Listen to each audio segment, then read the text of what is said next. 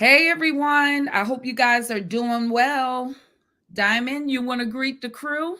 Yes, hello, hello. Welcome in, everybody. As you're coming in, please let us know where you're watching from. We are tuning in from Texas. And so tell us where y'all are at watching Yeah, from. sorry, I'm We are. repeating. Sorry, you guys. I'm sorry. We got a little feedback. Yes, as you guys come in, I want to make sure we also are going to go live for Instagram. So, Instagram, we are live. Instagram, sometimes we lose you guys. So, if we lose you on Instagram, come and join us over here on YouTube. So, greetings, everyone. We see you coming in. Thank you so much for joining us. We always appreciate you guys coming through.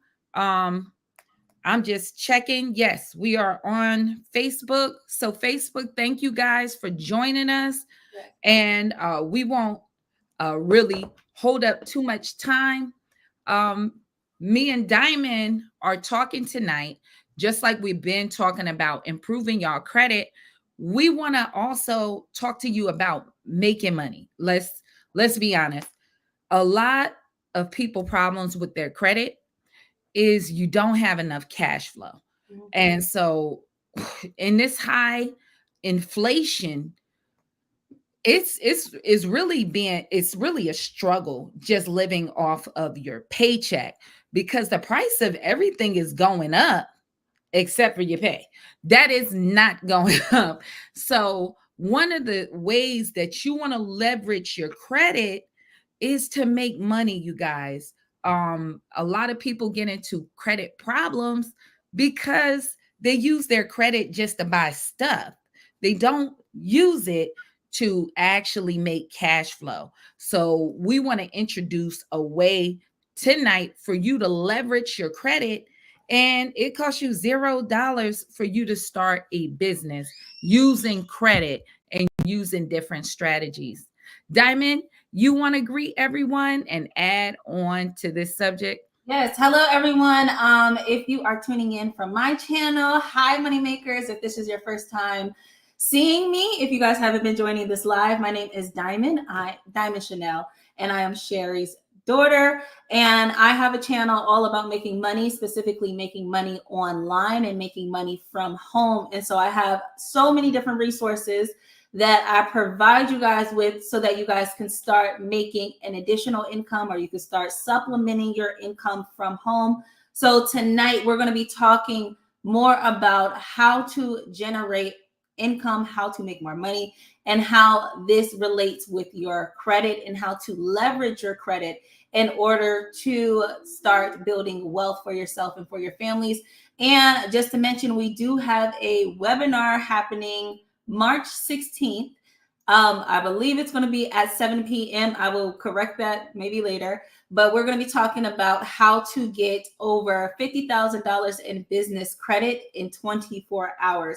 So this all relates to how we are moving into business, learning how to utilize the things that we're doing, whether you have an LLC or you have a sole proprietorship, and how you could build your personal and business credit and get tons of funding. And then what you need to be doing with that funding to make sure that you are continuously generating income. So we appreciate you guys so much for coming in. I see so many people we're coming from Virginia, we're coming from Florida, Dallas, Texas, we're coming from California. Thank you guys so much for joining. So also, if you guys have any questions, like we usually do, we're always watching the chat. And so if we're not answering the questions right away, I typically start it, and then we're going to come back to your questions towards the end of the live. So if you have any questions regarding making money from home, if you have any questions regarding credit or business credit, whatever question that you might have or comment or anything like that, then we will definitely get to it. And thank you, Lawrence, for the super chat. Thank you, Lawrence. Thank you, everybody, for your time. And we're going to introduce someone. Actually, this is someone currently I'm actually going to invest with. And I wanted him to bring this information to you on his journey on how he's making money. And this person we both known pretty much all our lives. So it's my brother. So Michael T, he's gonna come to the stage and share with y'all how he really is leveraging credit and different ways to make money with a car business. So this might be something new for you guys, but if you don't know him, some people, me myself personally, he go by a couple of different names. One of my favorite names back in the day was Flash Thompson, aka the Black Fabio, aka Mikey Corleone, but you may know him as Big Mike. And so we're going to bring my brother Michael to the stage. How you doing, Mike?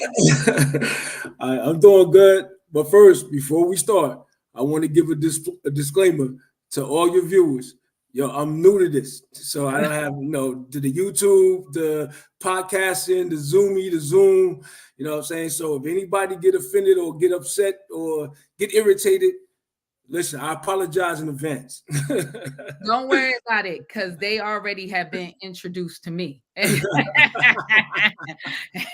I can be on that go time. Unlike Diamond, I call her on the stage Vanna Black, not Vanna White, but she always clean up the etiquette here. But one of the most important things that we're doing here is building a community for people. So if a lot of people don't know, a lot of us, especially in the African American community, a lot of times, or if you see yourself as Black, FBA, some of us come out of a culture at home where you don't know about credit, you don't know about business. And I think Diamond was one of the people that really abreast me on this. She gave me a paradigm shift, and she was saying, we kind of grew up under a culture of investing. Like you can attest, mom and dad all our lives, and you're older than me, always been investing. And mom and dad to this day is very frugal, extremely. The grandkids call Papa Mr. AKA Mr. Tabs. We who are always taught about finance and credit. So I wanted to create a space for people. If you don't have that, you can plug into that. Because, as Apostle Paul says, corrupt conversation distorts good habits. But you could switch that in another way by plugging in to different conversations, and hopefully we can subsidize and keep people on the right track when it comes to credit. So with you, what affects you, or what is your mindset about investing and what you are doing now? Well, what I'm like, my whole thing was, I don't like to trade time for money. That's my first thing. Like I say, so you call me lazy, you can call me whatever you want to call me. But again, I want to get as much as possible with the least amount of work. That's my first thing. So now when I like the Tim Ferriss thing, you know what I'm saying? The 4-hour work week. I want to automate as much as possible. Like, a lot of people want to get a lot of money. I don't need a lot of money. I just want enough money to be comfortable and not to do a lot for it. That's my thing too. So I like to do simple things. Like I say, I like to leverage business credit to buy low-cost assets, and as I buy low-cost assets that got good returns. And to me, it's cars. I love cars. I mean, I don't know a lot about them as in like mechanically wise, but I know good value. So now I use business credit. I use, cash flow, and I just constantly just flip cars, buy cars. And like I say, I told you just now, I'm in the process of going overseas to start doing the import export. Yeah. Like, if it's a way to make $1 and I could make, like I said, way to make $1, I want in on it. That's it. And it's true. And I just got to give you your flowers. A lot of people, if you've been following me, I always reference my brother Mike. Honestly, a lot of where I get my credit game is from him. And Diamond could tell you, I've been driving him for years on coming out to share information because Mike is a real strategist. Like, I ain't gonna lie, like chess and stuff like that. You know, he's a real strategist. And one thing different than me, I'm more action, but he's very like tedious about getting information. So when I wrote that book about learning how to increase my credit score, and I said, my brother hit me up like, I wish you wouldn't have did that. This is the brother that always tell me on that. Even with Tim Ferriss, me coming out with the digital products, this was his brainchild. You know, the letters was his brainchild. And I was real resistant, to tell the truth, to put out all of this. And he's a real strategist behind a lot of things. And one, him and his wife, both are business owners. So I'm just going to run down some of the things that you touched on. He's also a real estate investor. And so this is just something that we do now. Cars now, and what I'm joining him in, this is a number of things that we have. So I think that's important, Mike, too, to let people know you're not just only investing in cars. This is one of another means of cash flow that you and your wife have as a family, because the wife is into it. She has her business and she owns a hair business. So y'all have multiple streams of income. Yeah, definitely. Yep. And so explain how your car portfolio fits into that, because people might do cars. Don't get me wrong. You might start here and then segue in him. Well, his wife too was doing the inspections. Yeah, she was doing inspections. She was doing that like on the side. But like I say, like she owned a salon. She a salon owner for like the last 8 years. And like I said, she didn't make her own money. She make a decent amount of money. But again, when she sees something that could make more money, she's like, oh, I want to do the field inspections. And I start helping her with that. But like I said, we always constantly moving. Like it's almost like you see the difference between a river and a lake. The lake is like dirty because it don't move. You know what I'm trying to say? It's stagnant. A river, that's why you see you see the bottoms like Poland Springs, and the everything is about movement. And when you moving, you cleaning, you moving, you like I said, you just moving. Yeah. Like I said, when you're moving, you're making money. That's what I'm saying. I don't care if it's an inch at a time. As long as you're moving, you're making money. Just keep moving. That's a good thing you talk about the stream. Like you said, you want to keep moving, because even with streams, in time, things shift with that stream. You know what I'm saying? Direction. And that's kind of like how the market is. This is why you want to have multiple streams of income, because one thing might pick up and another stream might go down. And just to mention, like, with Charlotte, it was a different time in the pandemic. So, different ways like that. So it's good for y'all to have multiple streams of revenue. Diamond, you want to chime in? Before Diamond chime in, I want to give a shout out to CB, London, UK in the house. Hey, I'm about to be over there. So hey, I'm about to be over there like at least like a couple of weeks. Hey, check, that's what it is, man. I love it. Yeah, we see everybody in the chat. Thank y'all so much for interacting. I see some people saying hello. Hey, y'all. So I don't have much to add.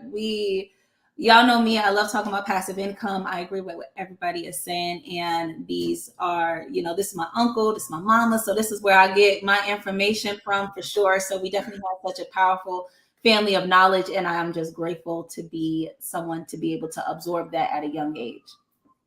And one of the things about even investing, like segue into how you can make $30,000 or a significant amount of money, actually the level of this car business is really over $1 million. Oh, Can you share your journey on why you chose this, and coming from Ford? We were both working at Ford. And what was your mindset from Ford to switch over to investing and leading you to here? well, like I said, when I left Ford, I was making $130,000 a year. That's my Mhm. last my last W-2 said 130,000. So but with more money come more responsibilities. Next thing you know, I'm working 10, 12 hours a day, 6, 7 days a week. Like I literally, like we laugh about, me and my wife laugh about it. It was like she was like a single parent. Like I wasn't even there enough times. It's like I was in, like I leave home when it's dark. I come home when it's dark. It's like I was a ghost in my own house. So that's the main reason that, and eventually, like at first, I love my job, start making more money, work more, make more money, more responsibilities, more hours. I started to hate my job, and the only thing I was chasing after that point right there was trying to get out the job. That's the only thing I was chasing. I mean, I don't want to curse. Okay, I was really chasing getting out the job. That's it. And that was my main thing. And like I said, so I did that again. I started flipping. Okay, let me back it up a little bit. Then the plant was closing. Now you know about this. The plant was closing. They offered me $50,000 to transfer. My same pay, same everything. I was like, yo, I turned the transfer down because I was like, I'm done. I was happy about the just being over with it. So me and my wife took all our savings. We started the salon. I stay home more. So I was doing the soccer dad thing. I was doing, I was loving it. I ain't gonna lie. Mhm. But again, I started missing, making more money. So again, I started flipping cars.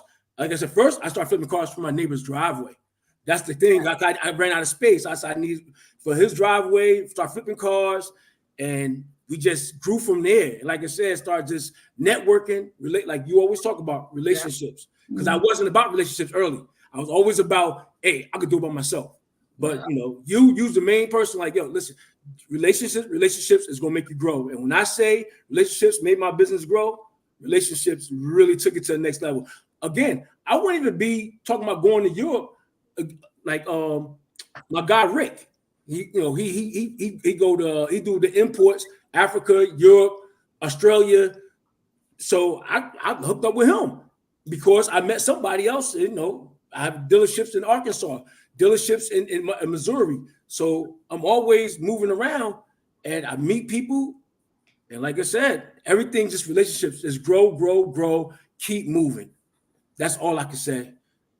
And that's a good point. And the reason why, what we're talking about, even with cars, we were discussing the market. And this is probably really for a lot of people that's here. If you're not in real estate right now, we all see the high interest rates, the cost of property. It's really hard to get into real estate as an investment. And we all agree real estate is a real good investment. It's a difference between investment and business, you guys.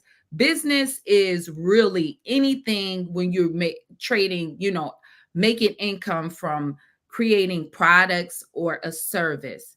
And one thing that people always tell people is like, I got a business, a LLC, and you're not really in business. You just got an LLC. You're not really in business until you start making money. So I tell people, you can make money in your own personal name and be a viable business. It's best to get an LLC just to protect yourself and your assets. But investments like real estate is more term. If you're holding it, is a long-term gain. And we were hearing some people talking about flipping and we were not laughing, but saying how that's going to get a lot of people in trouble. When y'all hear these people talk about, oh, you can get credit, you can flip, they don't tell you all the in-betweens. They don't tell you what kind of property are you buying. They don't tell you, and I don't know if you want to go No, I'm not. Yo, this is like I can't go there. I can't go there. I'm not putting nobody business in the streets. Okay, So. we ain't gonna go there, but it's a lot of game out there, y'all, that they're not telling you in between. Yes. Because one thing about that fix and flip, what they don't tell you, it's a lot of costs with that, especially with materials being real high right now. If you don't have a lot of experience on flipping, and people just tell you, oh, you just work with a contractor can burn you big time. That it's normal. It's like almost normal ways, or normal place of business for contractors to burn you. And you can talk about like how you bought a real estate property. Once you start opening up walls and floors, Yep. it could be it can blow your budget out the water. Yep. And then they telling you want to flip, and they talk about hard money loans. They don't tell you in 9 months, if you don't pay that hard money loan, that it's based on that house or that property, and that thing go up to 29%. So in a market like this on flipping, home prices is high, but it's not a lot of new home buyers in the market. I'm gonna tell you something else too. Yo, those deals are far in between now. Like before this pandemic thing happened, like, okay, you could find a good deal, but now, yeah, all right, you try to find a good deal if you want to. If somebody's selling you a good deal, run. Because I'm telling you, they eating it for themselves. They're not waiting for nobody else, because it's hard to find. It's super, and when they do find them, it's a bidding war. I'm dead serious. It's not the same no more. I love real estate. It's not the same no more. It's not. And real estate is more or less, unless you flip it, it's a long game. But I can guarantee y'all, if y'all flipping, let you watch those home shows and those building shows. When they open that, they come into a lot of problems and their budget get blown. That's a very real thing. They're not staging that. No. And so you're going to take a loss flipping somewhere. You're going to take, because what it is, they don't show, even with them shows, they don't show the holding costs. They show a lot of stuff, but they never show the holding costs. That's a big thing with real estate flipping, holding costs. Because you have to be in there for a certain amount of time. Yo, that costs just to have that loan open, even if it's a hard money lender, just to have it open, but they charging you points on that, period. They losing money. What it is though, they making money because they got the shows selling commercials, selling advertisement. That's where the money is being made. They don't care about the flip. The flip is entertainment. Yeah. And this is what we're talking about. Media is the way that they're making that money. Yeah. This is what me and Diamond talk about all the time. And reason now what we're suggesting with the car business, because cars are very easier to move. You guys, not just move, to fund. Like banks will give you money in a heartbeat to fund it. I mean, and it's not a lack of funding for vehicles. You know what I'm saying? So home loans is hard. And Mike could tell you, I could tell you, anybody in the chat that bought a home, they gonna tell you they want to know, when was your last doctor's visit? When was your where was you born? And then they going double, where was your mama born? Where was your daddy born? Hey, that's the double sword of being an entrepreneur though. Because now all of a sudden, when they have a job to go to, they more willing to work for you. They wanted 3 years. Like when we bought our house and everything, they wanted 3 years of W-2s. They wanted, they wouldn't even allow us to make all our money. Like say they wouldn't allow us to count all our money toward the property. They was like, yo, you need 75% of it. Yeah. Because they're trying to protect, they side of the deal.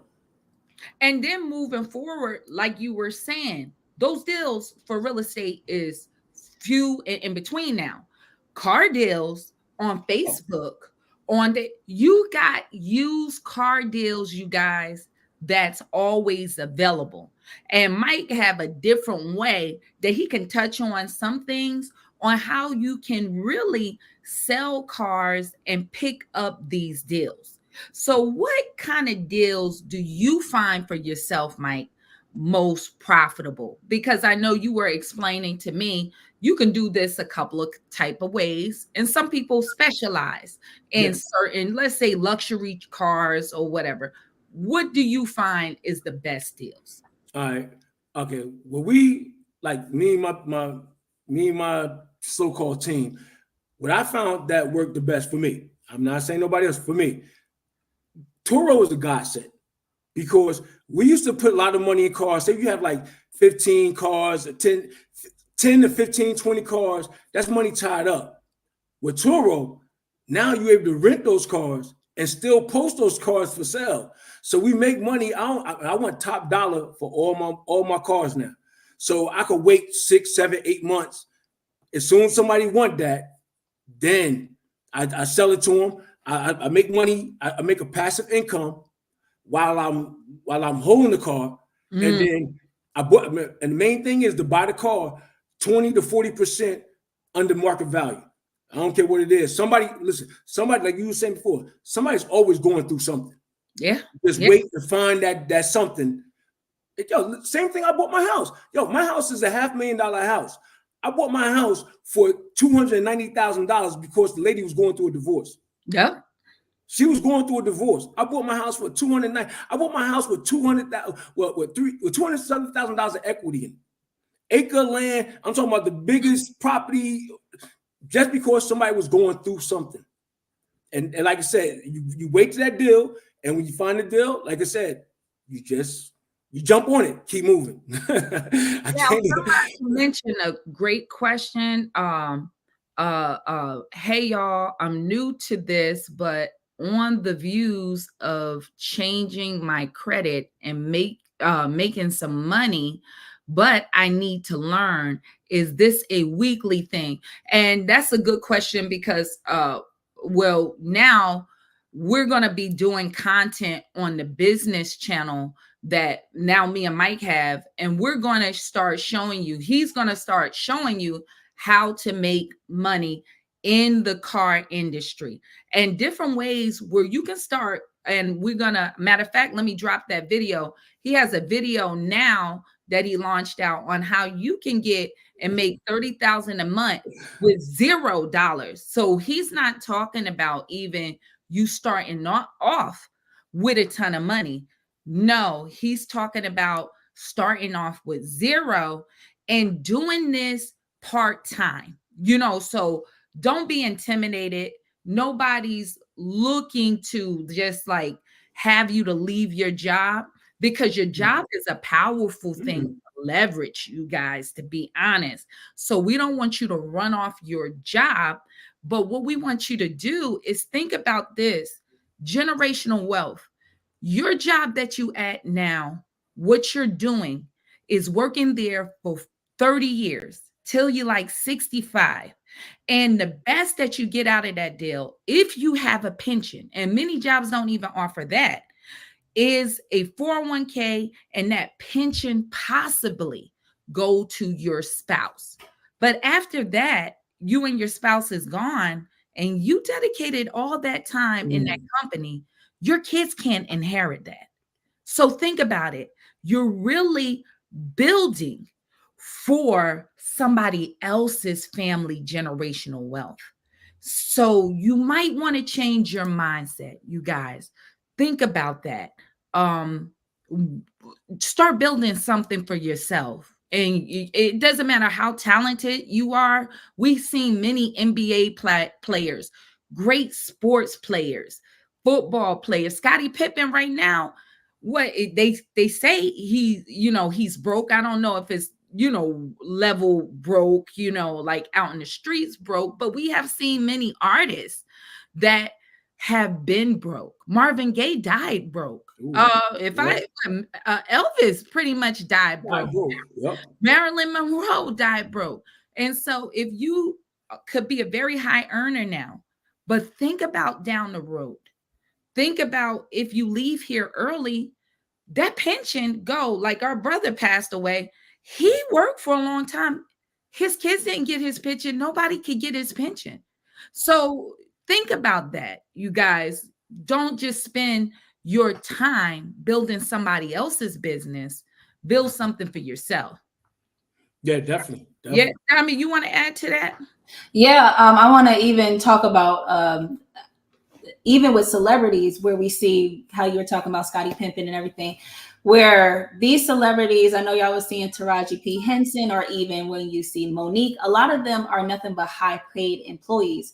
So they're going through all of these woes because they don't have products, which is crazy to me, because I don't know why nobody would tap them on the shoulder and say, hey, you need a product. Even we see Beyonce now coming out with her hair care line, because they start to realize that this ain't gonna work. I need to have something that is in my name, that I own fully. Like, you see, this is what made Rihanna a billionaire. Yeah. That's what made Kanye West a billionaire, is having their own products. Because at the end of the day, Kardashians the too. Kardashians, Let's not and it's just leveraging the opportunities that are out here. And I really love this live, because with myself, I always talk about the opportunities that are there to make money out online, but there are still opportunities out here to be in the real life, because a lot of people don't want to do the social media thing. It's hard to get up here on camera and get comfortable with that.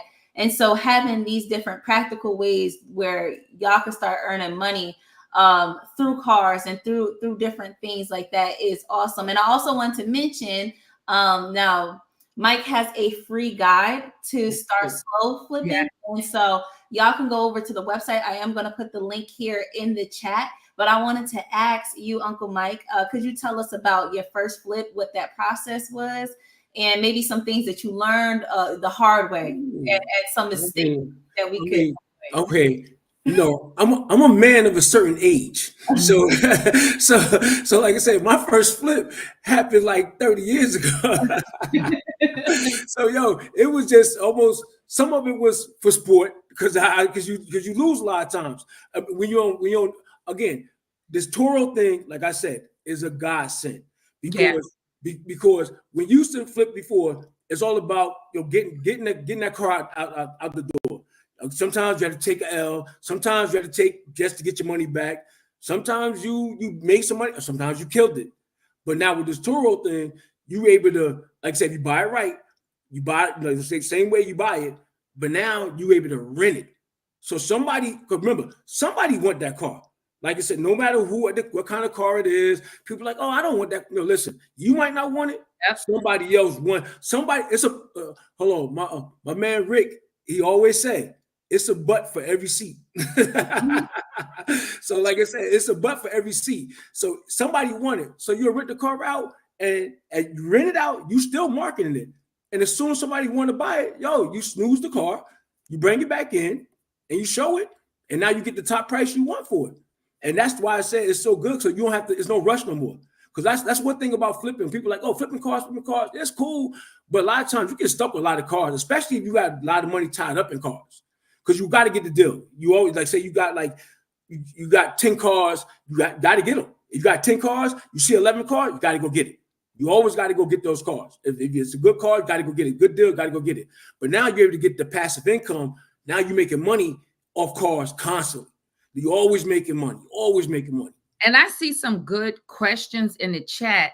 Keish Wash, thank you for joining me. Your first time live with us. And thank you for joining me and checking in. Also, a gentleman put something that caught my attention, saying that he has a cargo van, and that's a niche market that he said he's trying to sell. And I have another gentleman, Lawrence, he was saying, how would you approach this if you're already going through a hardship? So maybe you can touch with this on both of those questions. And Diamond, if you can move to the cargo van, somebody said they had a E. I don't know why I can't see it, but the cargo van that he's trying to sell. Do you have any advice on that? I mean, you're trying to just sell it. Your best place is Facebook Marketplace. Facebook, I tell everybody today, I tell my wife all the time, it's undervalued. No matter what nobody want to say, for the amount of people you could reach, the type of demographic that you can reach, you could target your demographic. That's undervalued. If you try to do that, like say you have if you had a commercial, a radio commercial, you just shotgun blasting, just blasting. You still might not see the person you want. You're able to choose a demographic you could reach. And believe me, I just sold a car. I mean, this is funny. Now I'm okay. This is funny. I had a car that was sitting behind my shed for 3 years. I was telling you, it was sitting behind my shed for 3 years. No battery, gas is leaking. I said, and my wife kept telling me, I said I was gonna fix it up. I wanted to get the top dollar for it. And my wife said, no, just sell it. Yo, I posted that on Facebook. And I'm telling you, I had 30 hits the first day, and I had another 30 the next day. And somebody came, okay, I'm in Virginia. I'm in like the Chesapeake area, Chesapeake area. Somebody came all the way from Newport News to come get that car. Mm-hmm. I told them, listen, don't run. You got to tow it. They came, they brought a trailer, they towed it, and they got it. And I made money off that car. And it was sitting behind my shed for the last 3 years. And one of the things about cargo vans and things like that, they hold their value really well. You can also, there's certain platforms that will pay you to use to pick up packages that you could be using on that. And it may be, I don't know. I think Turo, what's the cutoff age for the car you can put on the platform? 12 years. As long as it's over 12 years. So right now, the cargo van could hit, but you don't want to do the cargo van. I forgot the other app. It's another one that does cargo vans. Cargo vans. I can't remember what it was. I really don't do cargo vans. But again, if I found one, I would sell it. I mean, me personally, I would just sell it because what it is, I would sell it and get other vehicles. Yeah. You know what I'm trying to say? Use that money to get other vehicles. That's the key thing to me. That's what I would do. Like somebody value too. They hold their value. Because it's a business. It's a business for somebody. And then added on where Lawrence was saying with no money, isn't it ways that you can market other people who are trying to sell their cars, maybe even helping them sell their cars on social media platforms with Facebook, because a lot of people don't want to deal with that. They might have a car they want to sell, but they don't want to handle it. So with no money, offer maybe that service to somebody else, Lawrence, to get that money going. Mike, do you have any other suggestions? Because they say, how about a person with a hardship that have no money? Well, let me see. Well, you're trying to, okay, the person with a hardship have no money? Yeah, well, how can they get into this? I tell my son all the time, there's two ways to make money. You either have money or you have knowledge. If you have a hardship, it's time to sit down, stop playing around, and start learning. Whatever game you want to learn, if you want to be in a card game, learn everything about it. Learn the values, learn the what's. Now all of a sudden you could find a neighbor, you could find a friend, like somebody that's on deployment. Hey, I could rent your car for you, and we can split the profits. And now all of a sudden you could do that. Like I said, you work on your credit always, because again, when you start working on your credit, now all of a sudden you get funded. And you get funded. Now the sky's the limit. Soon as you start getting that funding, sky's the limit. And the key is to get that business credit or a business credit card with 0% interest. Always. And then you can, especially, I know Lawrence, he's in my program. If y'all need help with y'all credit, Diamond, drop the link with the elite credit system. Lawrence, you got the credit, bro. We know he's working on some things because we work together, not to put, but he's in a solid position, especially for his credit. So with you, Lawrence, using what we're working on together, he has some things he's doing for that business credit that you're going for, Lawrence, that using some business credit to obtain those cars very easily. And you can find various deals. And like he's saying, on Facebook Marketplace, even on Craigslist. Craigslist. It's stuff that I'm constantly finding today. Like I'm always finding like, oh, they sell cars too. They sell stuff. It's always, like I say, one thing to add on to it, it's always cars out here. You don't know where it's gonna come from. Like I said, it could be a friend, deployment. It could be so many things that somebody just have a car. Like you said, if somebody got a car someplace and you want they're it, driving for dollars. Yeah, You know, yeah. if you're seeing cars sitting, and this is why we having these conversations, just being aware sometime, like, hey, I can get into a car business and I can get cars. Hey, it might be a person that their mother and father got sick.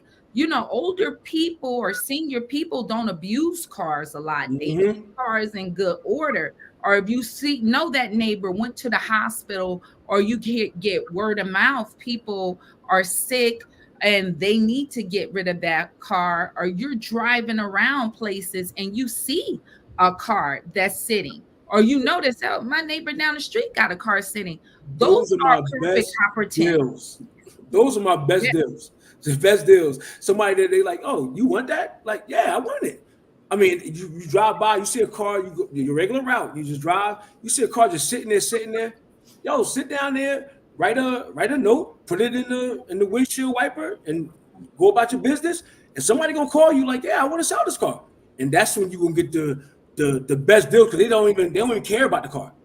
Like it's not personal to them.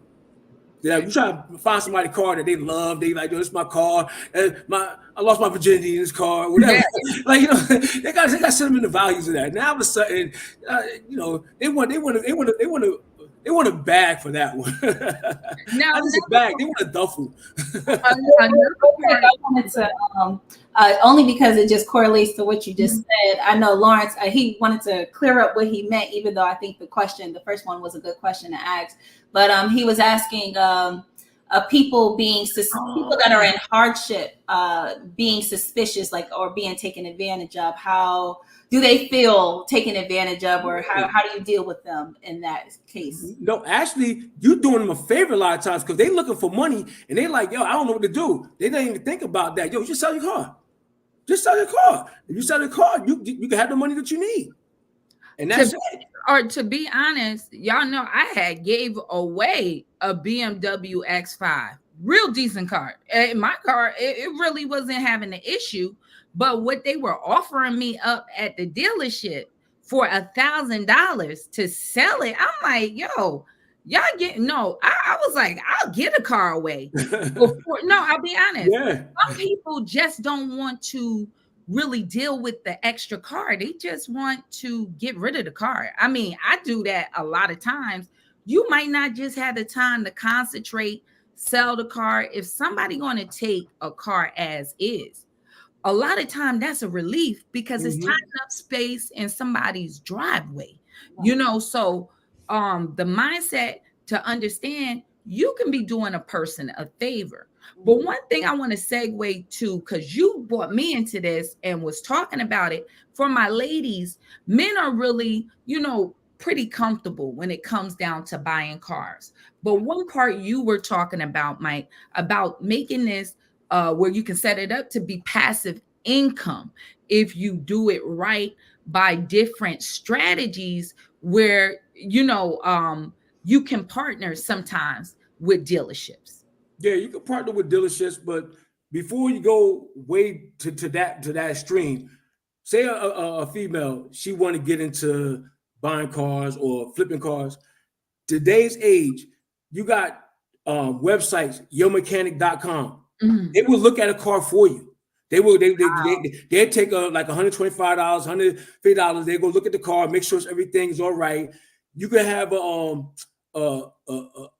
like what's called Blue Driver to your phone. You go buy a ODBU for adapter for your port. You plug it in the port. You Bluetooth it to your phone, and it tell you everything that's wrong with the car, or something, or something was wrong with it anyway.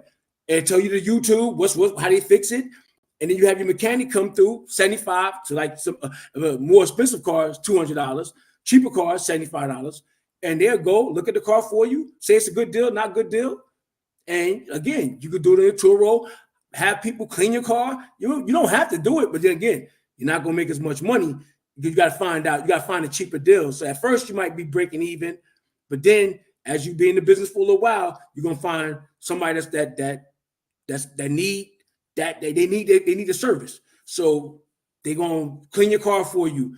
They're gonna clean your car for you. They're work on your car for you. They change the oil. You're always gonna find somebody. Just, again, like I said, relationships. Again, from you, I gotta give you your flowers for that. Because if it wasn't for you, I was like, I'm gonna do it all by myself. I'm gonna keep all the money. Me. No, you gotta spread it around. The more you spread it around, the more money you make. How about bird dogging deals for other guys that actually invest in cars? Yeah. And that's what you're talking about, even with the relationships. Because we have a cousin that actually, that's why, two that really invest in cars or do this as a business. That's always been their business. That's how I got into it. Yeah. Clarence got me into it. She got me into it. Twin. Yeah. And sometimes they'll cut you off something for finding them a right deal. And it's some guys that they're so good at that game. Definitely. They know how to do it at any time. They like, bring it to me, I'll take it. I can flip it. So even with ladies, that's another way for you if you build those relationships with somebody to who really, you just like Diamond, what is that? Like wholesaling, even like real estate, you're just bringing the deal to someone else. Mm-hmm. So those are ways that you can leverage it. And where can you take this, Mike, on a higher end? What's the end goal talking about generational wealth? Because that is a big part that people just don't want to stay in flipping, because you got some guys now that still flipping, but how to make this a viable business to kind of transfer it over to my kids. Yeah, like I was saying before I cut you off, before we try to, we went too far with it. But again, dealerships, you can always partner with dealerships. I'm partnered with 4 different dealerships across the U.S. And one thing, dealership I love the most is out in Arkansas. I've never been to Arkansas except to visit these guys. I've met on Facebook. So you like I said, you build a relationship, fly out there, hang out with them. Like John is one of my best friends right now. And like I said, we do deals all the time. John, Rick, that's how I said Rick. I met Rick through John. So like I said, now I'm going to do the import export. So let's say we're going over to Europe to see what's going on over there. He already doing that. He do it in Africa, Europe, Australia. I mean, relationship is the key. And the one thing about the export is that you could take a car over here. It's 3 or 4 times over there. And then you take a car from Europe and bring it over here. Again, it's rare. It's like you spend $11,000 on the car over there, you're making 35 over here. Wow. Like you really 3 times your money, and it costs like even just the when you go with a group of people and they know that you're on the barge for a lot of people, the transport is even lighter. So it's always ways to make money. Now, one of the other things Diamond May is also creating networks too, because there's Facebook groups. You always talk about leveraging social media. Yeah. And give us some insight, even with Facebook groups, on how you can find deals. Because you talk about that with affiliate marketing, ways that you can either pick up deals or translate deals over if you find. Yeah. So one thing is either you could start joining Facebook groups or you could create a Facebook group. So if you're someone that you apprehensive about using social media, like in a way of being an influencer, when you start in a Facebook group, they're not coming for you. They're coming for the topic. So it's like car flippers in Virginia, car flippers in California.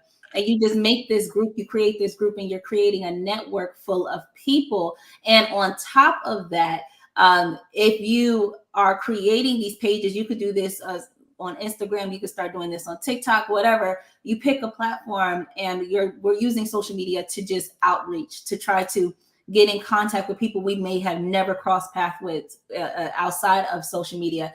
And on top of that, now going digital, you could start making money through that social media page through affiliate marketing. And again, nobody really cares who you are, because we're here for the community aspect of it. And there's some groups that I'm in. I don't know who the creators of those groups are. I just know the people that just talk the most in there. And most of the time they're just a member like you and me. And even with the Facebook groups, there's a lot of people that get so excited. You can make them members and give them, you can make them admins, and they just, the experience we had with the credit group and the experience we had with the millennial money making group, people were just excited to be a part of something. And so they were like, oh, I'll kick all the scammers out. I can let the people in. So they literally start working for free because they just wanted to be a part of this community. Now, on top of that, you start doing your affiliate links, you start putting out ebooks, you start putting out even courses, whatever the case is. And all of this is things that you could do. You could show your face, you could not show your face. And these are additional ways to make money digitally through these communities. But the biggest part of this is we're building community. Everybody is here right now because this is a community. We're pulling from my community, my mom's community, Uncle Mike's community, and we're bringing people together to really offer opportunities on the table. And adding with the Facebook group, a lot of times people are excited to do it because either they have a passion, or some people are very strategic. They want to make those relationships with people in their niche. So don't undermine value of Facebook groups, because they can have people with the deal or who want to pick up a deal. Yeah. And so, like she was saying, affiliate marketing with cars, you got AutoZones, like, it's all types of, you guys look up affiliate programs. Let's say AutoZone affiliate program, Amazon have affiliate programs. You can become an affiliate and share that in your groups. And this can be another subsidized stream of income with investing in your car business and with vehicles. Mm-hmm. So, it's just a different way to think about it. Yep. Just a recap for anybody new coming into the live, we are on the topic of creating $20,000 a month or creating passive income through slow flipping. So, and also, Uncle Mike, I wanted to ask you, can you talk about the slow flipping phrase? Why slow flipping? What would be the difference between that and maybe fast flipping? I don't know. Okay. Like I said, you get the concept of flipping. So you grab a car when you say you buy a car, good deal. Oh, I want to flip this car, make it flip and make a fast dollar. Mm-hmm. But sometimes you get stuck with a car, and all of a sudden you buy another car. You get stuck with 2 or 3 cars, and now you want to buy a 4th car. You got to get rid of that first car, and you just got to just eat it. You got to eat some of that. You got to eat some of the profit. Like, okay, boom, I bought this car for $5,000. I'm only going to make $300 off this one. I've been sitting on it for a couple months. But if you buy them right, now you can put them on Turo. Yeah. Let them sit there. I don't care if they don't move for the next 6 months. So that's where you flip it. But when I buy it, I'm not buying for Turo. I don't do the car rental game because a lot of guys, they do car rentals. They love car rentals. They do the car rentals. They got 50 cars. They got 40 cars. I don't want that. Most I'm going to have is 10 cars at a time. And the reason why I have 10 or 12 cars, because the first 2 ain't sell yet. And I'm always trying to sell it, but I'm going to keep them there until I get my top dollar for what I'm selling it for. So like I said, you're flipping it slow. Just take your time with it. Just taking the time. That's what we call it slow flipping. And basically it's a 2-part strategy. Really, it's giving you an exit plan. Yeah. And you can create a portfolio of income by flipping some on different platforms to be able to make a monthly revenue stream. Yep. And then you can invest more into your business. You start with the exit plan. That's the key thing. You start with the exit plan. So you already looking at the car that I'm buying this car 20 to 40% undervalued, no matter what. I don't care what is done. I want 20 to 40%. Because a lot of times what people don't think is, say you buy a car, it got 40,000 miles on it. That same car, 40,000, 60,000, they're going to move for the same number 6 months later. But you don't want to hold it next year. Now all of a sudden you're going to really start eating that depreciation. But if you 6 months from now, car move for the same price. Actually, you catch them the right time, they're going to move for more. Now, one of the things I like also when you were telling me, and I'm investing into a car business, the thing I like is you have an exit strategy. I think a lot of people don't explain that about real estate unless you've Yeah. been in there. You might not have an exit strategy, even if that property sometimes is where you have enough equity, depending on your taxes, your state, like certain states like Jersey that have exit taxes, capital gain taxes. Even if you sell that car or that property for a low price, on the back end, you know what I'm saying, with that taxation, depending on the state you in, you might mess around and take a loss if you're not looking at that. So sometimes when it comes to real estate, what people don't understand, they want to get in it, but depending on what it is, you might not can move it. Or depend on what go wrong with that property, it might be very hard to move, especially if you have problems with foundations. Yeah. A lot of people don't want to touch that. Banks don't even want to finance that. So a person that's going to buy that with funding you might not can move that home. The great thing with cars, if it devalues that, but you can get rid of that thing. Always. You can junk it to the junkyard. You're not stuck with it. The thing people don't tell you about real estate, if you get stuck with it, you can have a real mean problem with the local government there. You can be fined every day. Yeah. You know what I'm saying? Tax liens, all types of things that can come down and you get a judgment in the end and you can't move. So I think that's another part of the vehicle, part versus to get that cash flow and you're not boxed in. I want to ask you a couple questions. I see JJ. He says, so are you saying that you buy a car to flip it, it's not sold on Turo? Okay, when you buy a car to put it on Turo. But when you put it on Turo, you market it from day one. The number that you wanted to market, like say when you buy a car for $6,500, you put it on Turo at the same time. You put it on Turo to make money from day one. She on the block to day one. Then all of a sudden you got to market it at the same time for $9,000. You say, yo, I want $2,500 off this car. I want $3,000 off this car. You market at the same time. And whenever that somebody come to see it, when they want to see it, you just snooze the car, you bring the car in, and then you sell it. And now, let's say another one too. What about insurance? That's why you love Turo, because in Turo, they do most of the insurance. You get the basic liabilities for your car, but Turo do the full coverage for everything. Yeah. You know what I'm saying? You get basic liability. For Turo covers your car. So if it get crashed, if it get anything happen to it, you make top dollar. Now you get paid market. Now you get paid more than you even wanted to sell it for. And then what they also are asking, when you buy a car to flip, is insurance required? Not necessarily. No. Like I said, you put liability on the car. You register the car, you put liability on it. But again, you don't put full coverage on it because Turo gonna handle the full coverage. The car's not moving unless it's on Turo. It's just sitting there. So you're trying to flip it the same way. Instead of just sitting on a parking lot or just sitting there, or you just, I'm gonna sit here.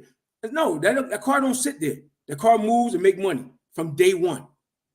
And that's a beautiful strategy because you're really getting back what you invested immediately. Yeah. They're waiting for a car to sell. Yep. So with this strategy, and if that car producing like that, yeah, you might keep it. You know what I'm saying? It might be worth you to keeping that car. Yep. Now, so that's a great idea. And some people will hire car, and some people want a car for a long period of time, y'all. It's not like that. Yo, listen. You can make $2,500 off one car by itself. If somebody keep the car for the whole month, and you make $2,500 off one car. I'm talking about like a 2013 Ford Focus. Like what happened? Like, why that? And you ain't want to even sell it. You don't even want to sell it. It's just you always in 2-3 months you done paid for the car, so everything else is free. That's good. Someone asked the question. Well, there's two questions. Yeah. One, while we're on the topic of Turo, what kind of cars does Turo allow? Oh, long as Toro, long as it's under 130,000 miles. Now, if it's under 130, say it's 129,000 miles, 99, whatever. If it goes over, you buy it, you put it on Turo, it goes over the next day, it's grandfathered in. So it just stays on Turo. It don't even have to come off Turo. It could be 140,000, whatever. It's still on Turo, and somebody's gonna rent it because, like I said, hire a car. Somebody's doing gig work. Somebody doing something that they need a car, and like I said, just lower the price. Again, you put it on like $29 a day. Yo, somebody renting that car, and they going $29 a day. They're not giving it back. And let me tell you, rent-a-cars that I haven't seen in certain areas, rent-a-cars is not going no $29. No, I'm saying the worst case scenario. No, what people, you're going to be a viable option because a lot of times they go with what the going market is. Rent-a-cars are really expensive right now for a rent-a-car. So even what I was looking for, a Kano rent-a-cars, the little gas efficient joints, in some markets is $40 a day. So like you're saying, if you're pricing yours at $29 a day, and especially if it's a mid-sized vehicle or something more, you're going to get that. You're going to be the best option every time for a person. Like I said, Turo is a godsend. And now on top of that, I'm going to go ask the other question I want to ask, but someone earlier did ask if you would have a course on Turo, and I think we might need to put that in the work. Okay, yeah. And I could make it happen. Actually, I could do a free one for him. I'd be no problem. I could make it happen for him. It's simple. I mean, it's not a hard. This game is simple. I'm telling you, making money in cars is just simple. I mean, that's why I like it. Again, like I said, I don't like trading time for money. Call me lazy. I like my life easy. If it's complex, I don't want parts of it. Diamond, can you drop his book too, where he talks about that? Because he have in his book that he have on this whole slow flipping. We're just touching on some things that he have, but in his book, he got a free ebook, but he have a book to teach you all kinds of strategy, even with financing. And once y'all making this money, you guys, even if you have bad credit, that's the good part. Then you can start leveraging that income from your business that he's launching you out to get lines of credit, no PG personal lines of credit. You can do that with more fintech companies. So why his strategy is so powerful, getting in this is $0. You can find ways to leverage $0.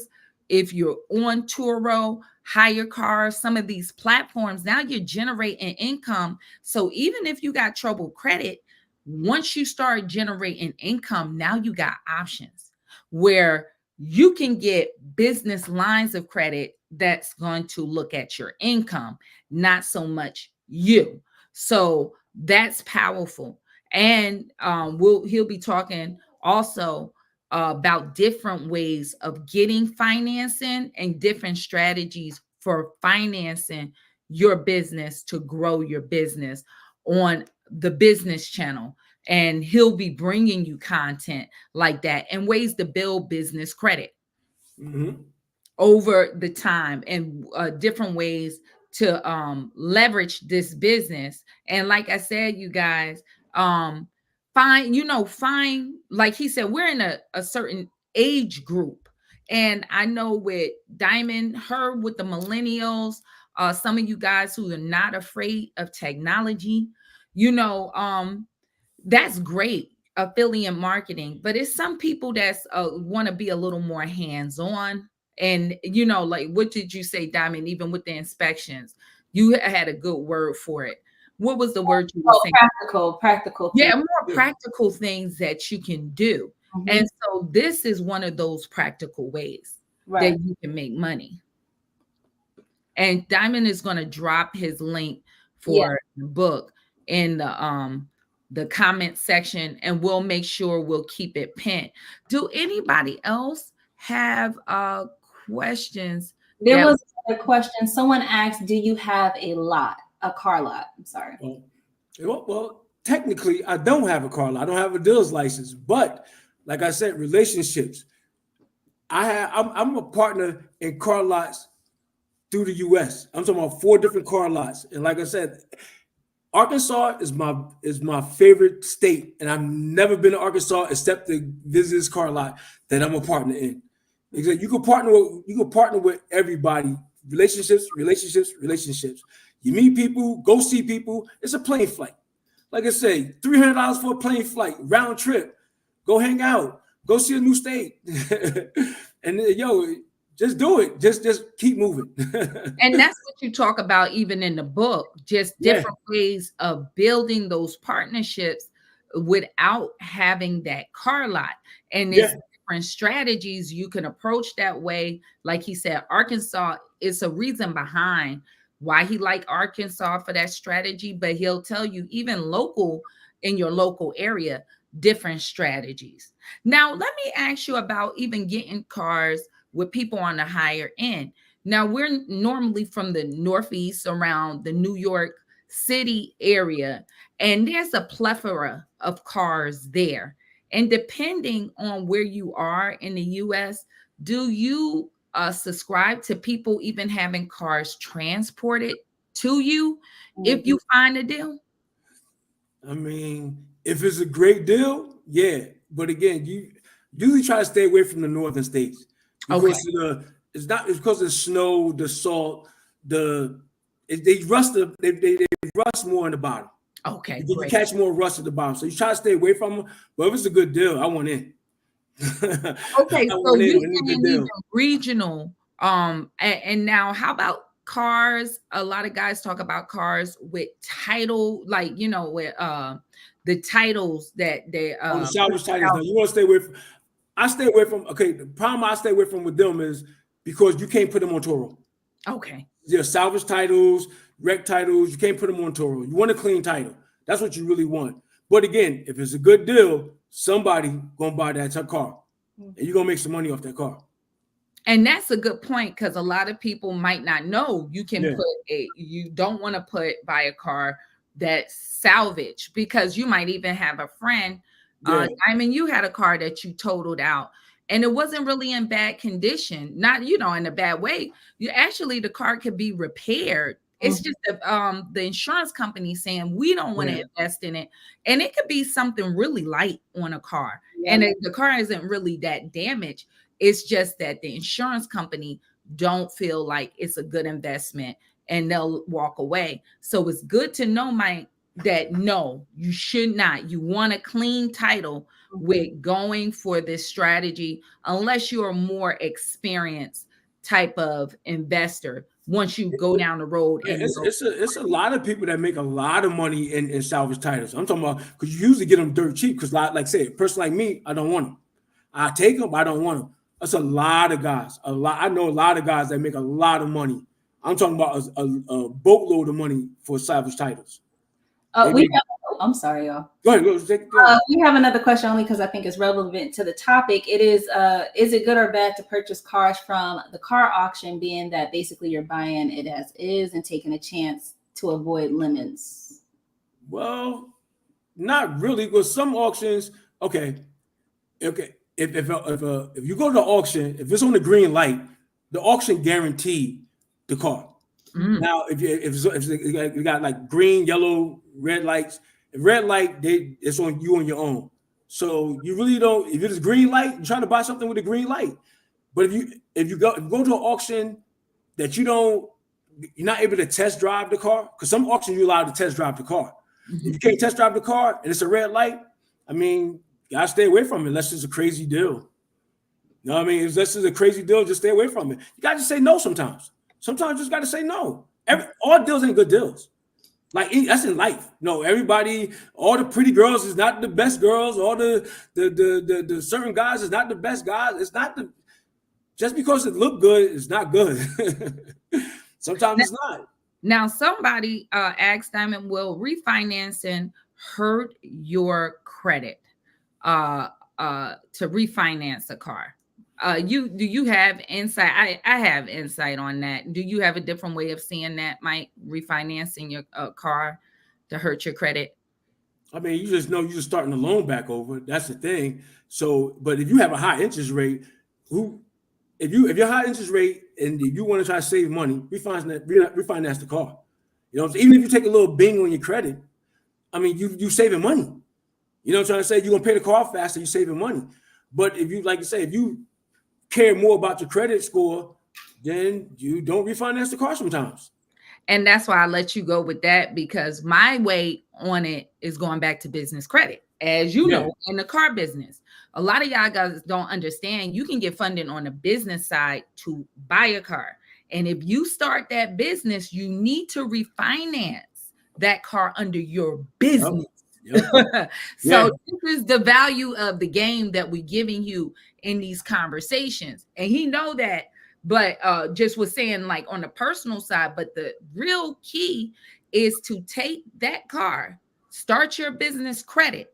Even if you ain't got a business, we can get you something so you don't have to make money, y'all, to technically have a business. You're getting ready to launch your business. Okay, you're about to get into a service and business activity, and there's certain banks that will let you refinance that car that you already have under your business. Yep. So now you're getting that car off of your personal credit, and now you have more power to actually with a lender. You know what I'm saying? To get more loans. So share that, Mike, your experience when you were buying a home, how much you really with your car had to bust some moves, because how much did it not qualify you for a home having an open car loan? Well, we pretty much had to pay everything off. Like we just had the money to do it. We just because I can't remember the exact number. You were telling me almost like $100,000. Yeah, it was like $100,000. So we had to pay. We just paid everything off. The car was.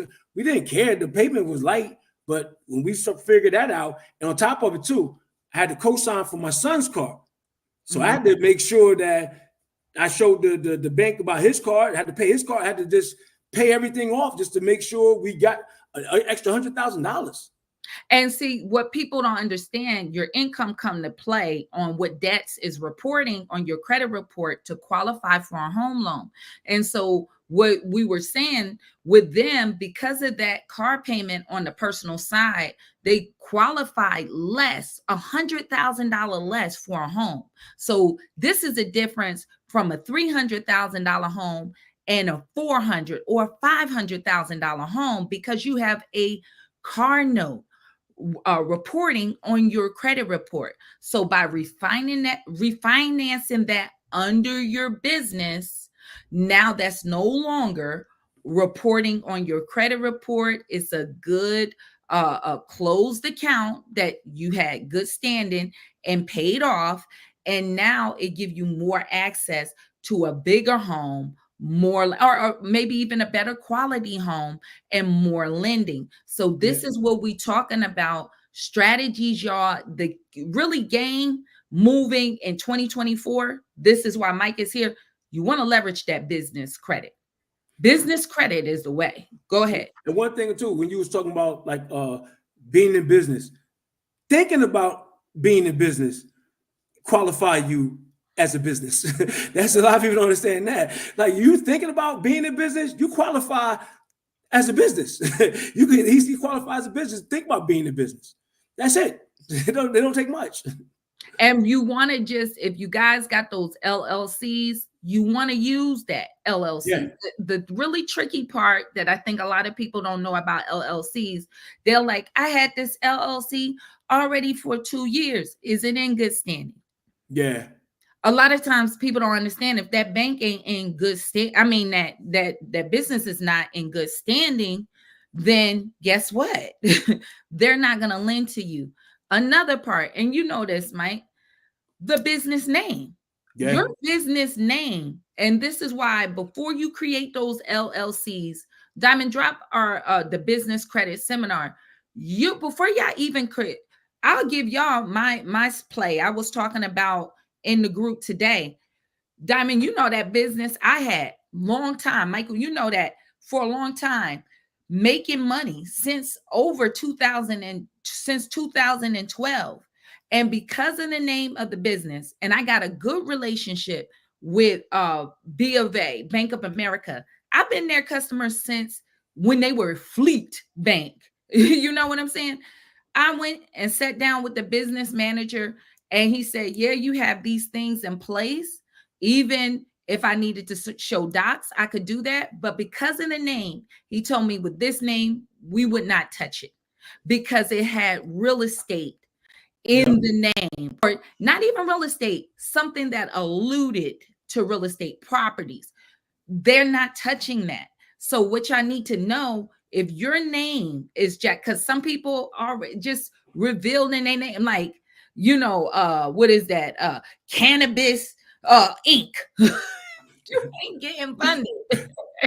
You're not getting funded with that. You know? Hold on, Sherry. This is the thing that a lot of people don't think about. Say you got a business that got the Cannabis Inc. that you're not getting funding with. What you need to do is got to open up a second LLC. A second LLC that could fund the first LLC. You don't have to dissolve that. You don't have to dissolve that when you keep it.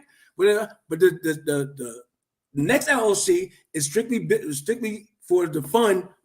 You don't open it for no other reason. For consulting the first LLC and funding the first one. What is the value even of the Cannabis Inc? Because now you can't use the age anymore because of the name, pretty much. It's almost like, that's true. What a dude said, what was that? That sport, that's like what a nun with a big butt. What good is it? You know what I'm saying? But eventually somebody gonna fund it. Somebody gonna fund it. Somebody, especially when you get to 5, 6 years, 7 years, you can't replace that. But I will say now in this environment, it's going to be a real hard niche market. And I'm just saying for things like cannabis, because a lot of people are on that crave. Is not a lot of banks. Even me talking to, I work closely with lenders that are, or you know, really kind of like commercial lenders that are brokers, and they'll tell you it's only a very slim market for that. And they want to see that you got a track record in order to do, because it's just so many nuances in different states on how much compliant, depending on where you are. So just think about that, y'all. Even with business credit, with the value of using that business credit card and not that utilization showing up on your person. That's a big part that people don't understand. A lot of people that I deal with, their utilization is killing them because they can't carrying that balance every month. You'll see your credit score yo-yo. Yeah, and some different FICO scores, because you know you got more than one FICO score. Some of them rate that at 45%. Some of them rated at 40%. Some of them rated at 35%. So all depending which one you want, all depending which one you go for, that could be as high as 45% of your credit rate. Wow. High as 45%. And so another part of it with business credit, to carry balances on that side, a lot, as long as it's not really maxed out, you don't want to do too much of that.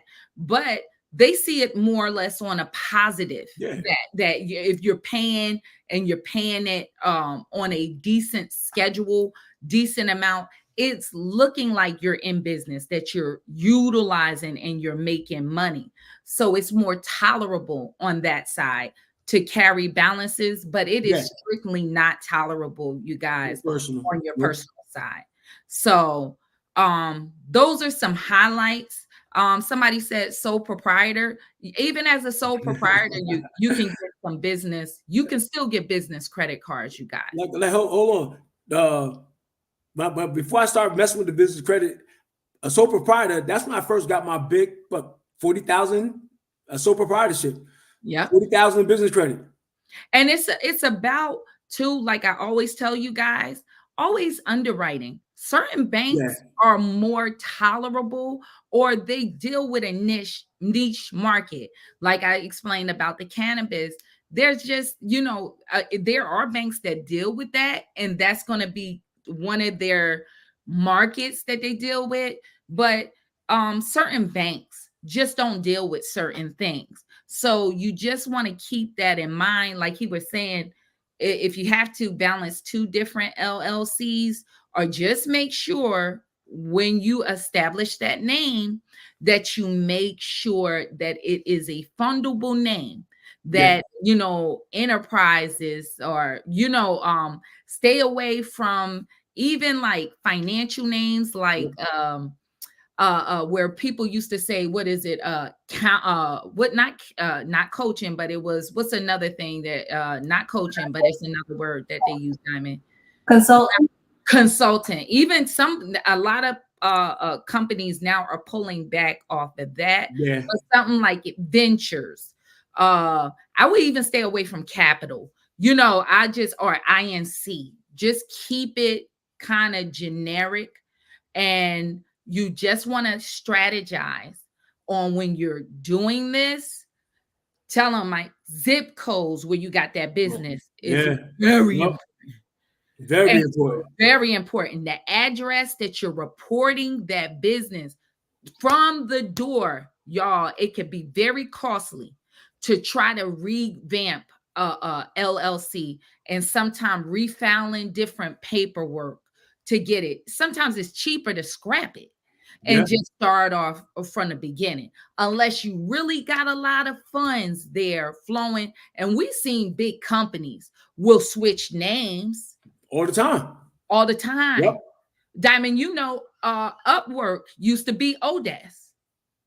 Yep. If they get in some problems, they'll scrap that in a heartbeat and switch over that name. You know what I'm saying? So that happens a lot of times. Even companies making big dollars, they'll drop a name like it's hot if that corporation got in trouble. Yep. And they'll let you now know, Upwork, formerly known as Odes. You know what I mean? Like Prince did. That's why he changed to the symbol, because that name, he wanted to get up out of the contracts under his own personal name. You know what I'm saying? So stage name that he was using. So you want to think about the same things. Yep. Do we have any questions? Or if y'all in the chat, do anyone, we always offer, do anyone want to come up? Do you have questions? Or if you want, because most people are shy about it. If you want, but I've been promising people, I'm going to drop it in the chat, y'all. But not too many people venture up, but Command V, I'm going to drop it here. If anybody want to come up and ask questions, because like I said, we want to make it a community. I don't want to just talk to y'all to be on our soapbox, but if you have some questions, Diamond is here, Mike is here, and if you want, say, can you use a symbol for it, LLC? I don't know about that. Going to be some trademarking. I don't know. Check in your state. It might be possible. For sure. The only thing, that's another thing, Mike, you were talking about a business you launched, researching that name out. Explain that. The newer LLC you established. You really took time to research out that name. Can you share the wisdom behind that? I mean, it's just that was a company name in Europe that I was able to get it over here, but there's a lot of things I couldn't use from it because it was already an established company. But the good thing about it, I was able to incorporate it because they was in Europe.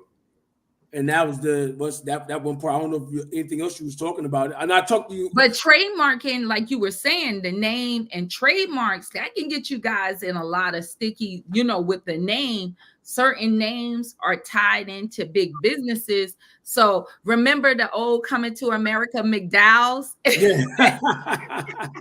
He was getting in trouble for that. Yeah. They was leaning on him. They was leaning on the McDonald's. So this is what we're saying. Don't I'm about to, They got the arches. What I forgot what he said. You didn't have the arches. What he had? I forgot what he said. So y'all don't want to, and where he even had products similar to that. So this is what we're talking about, the wisdom be careful on your name. You know, Yeah, so definitely. you want to research that. And it's a couple of other things I'll be talking about that's very important in that webinar with business credit, because Mike can attest for this. If you start off right, Oh, oh, you can get that credit in 24 hours. woo. Like, oh, you can Yeah. bag, oh, you can run the bag up. What, in a couple of days? One Yo, listen. particular, I got over, 100,000 in business very easily. Yo, and if you You do know, it, if you do it right, if you do it right within that 6 months, yo, you could easily touch 3, 4, $500,000 with no problem. easy, easy. Have no And problem. and this is the key. Tell them to Jim that you really forced me. He forced me, like he said, you got, and this was a minute ago, get in that business credit, because what's the key? You get bigger credit lines. Yeah. Yep. You get bigger credit lines and business credit because you're running a business. You Yep. guys, even if you have zero income, what you talk about, Mike, the intent to go into business, Yep. Yep. the market you going in, the zip code you're going in. Like, for example, why we keep saying the zip code, Diamond, where do the Kardashian live? In Calabasas? Calabasas. So a Calabasas lawn care company or a landscaper company, income in that area, in that zip code, is way more than, let's say, Baltimore, Maryland, the city of Yeah. Baltimore, Maryland. So the zip codes matter, or maybe even East LA that's there in Los Angeles. So zip codes matter because what you can put down on the projected income on that application. For a business like that in Calabasas, they're probably making over seven figures easy, because the lawn care companies, even in a city, area that may not be, really affluent, can be making over 200,000 in the lawn season Yeah. easy. Yep. So going on location and demographics, California or Florida, you're cutting lawns all year round. Where Jersey or New York, cold weather, you might only have a season. So the numbers do make sense, so where you might put that on application, 500,000 for a startup business, and you haven't made a dime. Yep. You know what I'm saying? And especially if your credit is right. And so, and another thing too, banks also focus on projected income. They don't only just focus on what you made, they focus on projected income. So if you projected to make a certain amount of money, they focus on that part, and they would lean. Now again, if you start talking about something, I'm projected to make 2.8 million. Like, okay, they're gonna slow you down. They want to see some other things. But if you keep it reasonable, that 150,000, 149,000, 200,000, they're okay with that. And that's what we're saying. Zip codes are very important. We got a guest coming up, but another thing, you guys, that zip code important on your personal credit score too. Don't let nobody fool you. That you need to finesse those zip codes, and there's ways to do it, but you definitely need to know this knowledge to really win at this credit game. When I would tell y'all, because a lot of people get really disgruntled about credit, credit is really a key to make you a millionaire, really, in a year.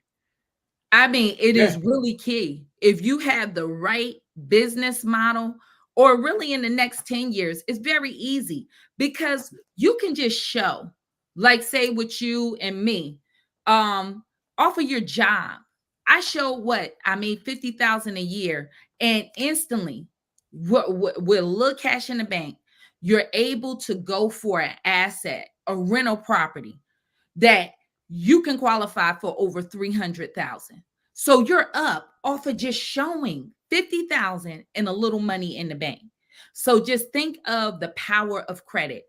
And on that business side, it could be really, really powerful. So we're going to have a guest here that he have a question. Lawrence, how are you? Oh, hold on. I got to unmute your mic, Lawrence. I can't do it. How are you? Come back in. You're Oh, hey, Lawrence, can you hear me? Hey, I can hear you. Can you hear me? I was trying to switch around the apps. Yeah, how are you? I'm doing well. I'm doing well. I don't have so much of a question. I just wanted to say thank you, Mike, for coming up. I had just moved from Virginia Beach and between there and Norfolk. Okay. Like in 2021, I was up there for like 21 years. So I appreciate. I just grabbed your book, and I'm looking forward to reading. I was supposed to be reading Sherry's book on the field inspections, but I'm more excited here now, so I'll have to put it aside. So I'm just pleasure to meet you. Same here. Thank you. Like I said, I thank Sherry and Diamond for letting me join their conversation. This allowed me to hang out with them. And Lawrence is in the elite credit system. Not putting him, he good to go on that. Okay, that's what it is. No, it's good because it's a testimony for him. So he had some issues that he was able to clean up real quickly. And he's establishing that business credit. So Lawrence, this is a good opportunity for you. I'm excited, and yeah, I just have to say, so much of your help is the reason why I was able to get out of that credit mess. So yeah, I'm excited about reading this book. Sorry about my lighting here. No problem. No, I'm happy to have you to come up to the stage. And like I said, he's up in that high 700s at this point. So with him, across the board, he's ready to go for that. So Lawrence, we constantly in contact every Saturday. Keep in touch if you're already in a direct contact with me. So Mike can help you with that. And we'll be rolling out some things because that will be, even currently with what you do, you already have a business. This could be another direction that you can look at. Yeah, and I first heard of Turo because a friend of mine that got me into DoorDash. She used to drive, so she used to use Turo. So yeah, I thought that was cool. Yeah, and in the area, not to blow you up, I know your market. It's a good market for it. You know what I'm saying? Yeah, he's in a really good market for it. Did he say where he moved? He said he moved from Savannah, Georgia. Around that, the Georgia area. So you are in a good market to capitalize off of the Turo business in different areas like that. So definitely, thank you so much, Lawrence, for coming up. Thank you all. All right now. And if anybody else have any questions? Because we'll wrap it up. We know your time is valuable. I thank you, Mike, from coming in. Our Vanna Black, our beautiful Vanna Black. Kamora Lee. Kamora Lee. Oh, I forgot. That's a classic. Classic. You call Diamond Kamora Lee Civic. She was like 7. Diamond, do you see any? I see somebody. I also have time. This person was asking about credit repair services. So just to make it clear, we are credit education. So we do not take on your credit for you. Everything that we have and all our resources we have are DIY. So if that's what if you're looking for a more hands-on approach, because I see the person said they don't have time, they don't want to do it themselves, we're just not the right place for you. Yeah, that you're looking for more of a white glove service with Lawrence and how he's working with me. I have an AI system. It'll generate and find all your errors in your credit reports. And they have coaching. We have a coaching session every Saturday. And pretty much we're our group. I know pretty much everybody in and out, nuances. So it's helpful because on my side, I can help them, direct them on their journey, and they can have their personal questions and concerns taken care of, and I can help guide them through their progress of getting their credit together. I see a question in the chat. I want to answer it real fast. Lawrence V, he asked about do you have to need a dealership license to flip? That's the cool thing about Turo. You have to have a dealership license, a dealer's license, if you buying a car to intend to sell it. You buying a car for the intent to rent it. It just got sold. It, It's a difference. So when they start leaning on you, this is my rental car business. I buy cars to rent, and I got to get out of them, and that's why you have to sell them. That's just part of your product. You have to sell it.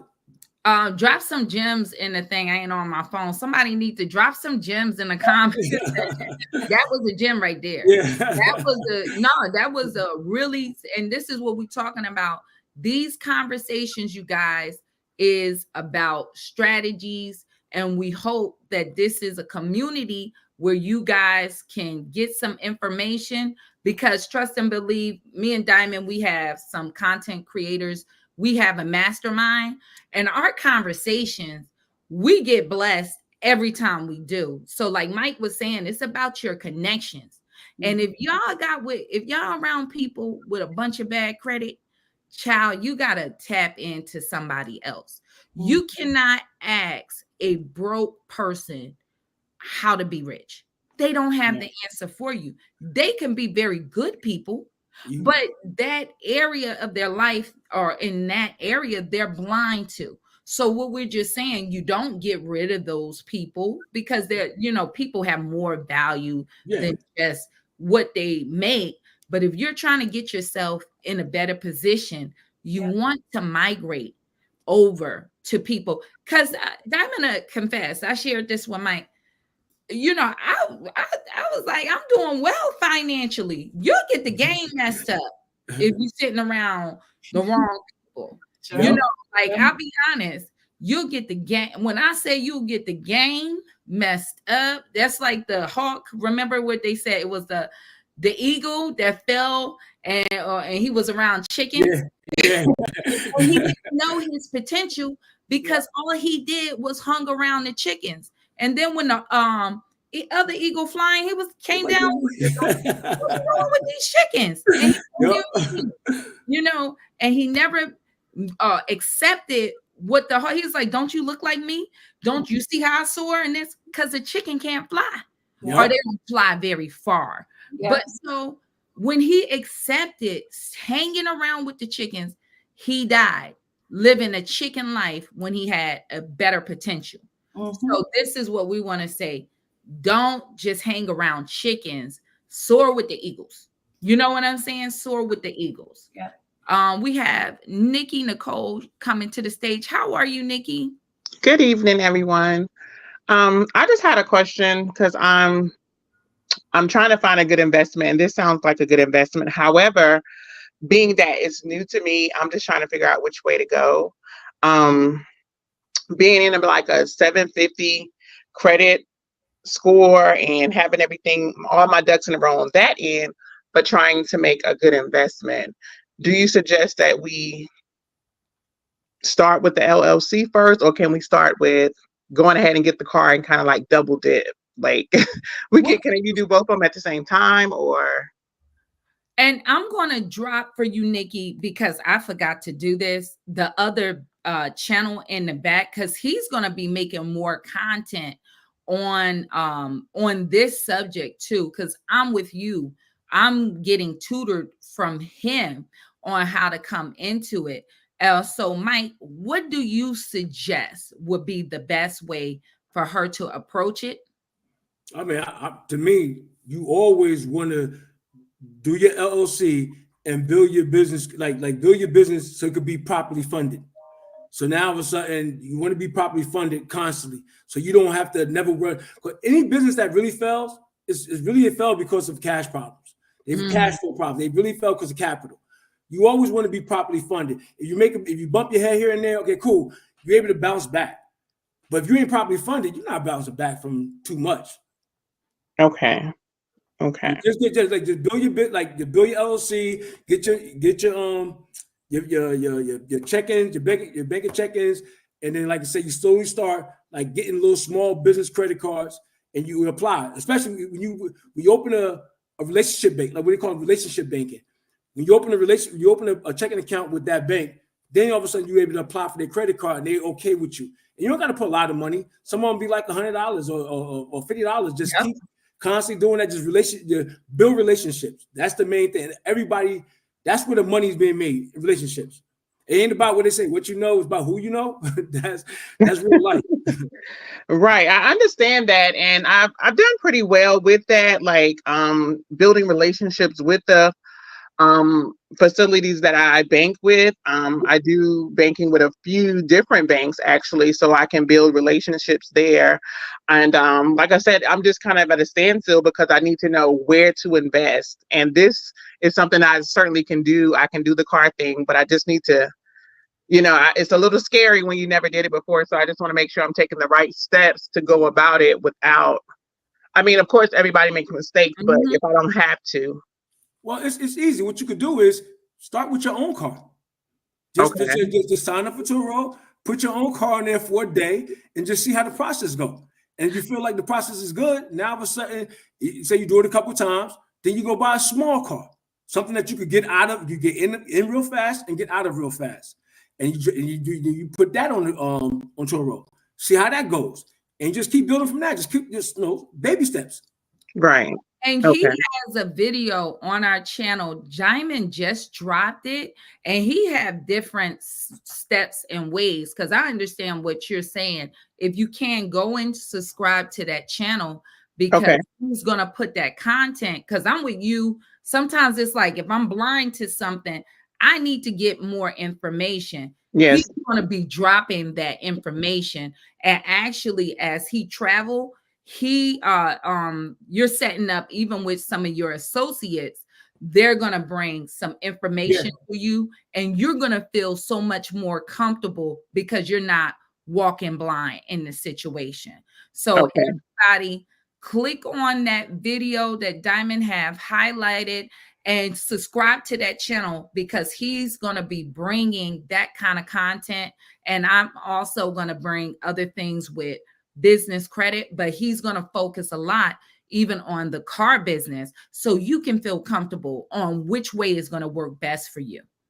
Do you both do like one-on-ones, or you do more like YouTube content and kind of get your information out that way? Mike, would you be willing to do one-on-ones? Like I said, this is all new to me. So all this is new to me. Wiki for the ride. Sherry done brought me, so I'm learning this part of the game. I'm an old school guy. Across the table, cup of coffee. I love that. This is what we do. This is new to me.